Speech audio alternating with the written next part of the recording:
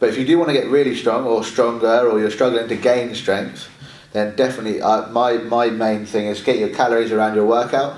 So either an hour or 2 hours before. If you train in the morning, make sure you have your breakfast and then get your calories in straight after. Cool. Yeah. Because then your body's going to use them more effectively than if you're sitting in the desk. Yeah, and you're going to, anyone who's trained, they feel, as soon as you train, you feel quite hungry. Some people are like, no, I don't feel hungry, but... I feel hungry when I train. Before, during, and after. All the time. So...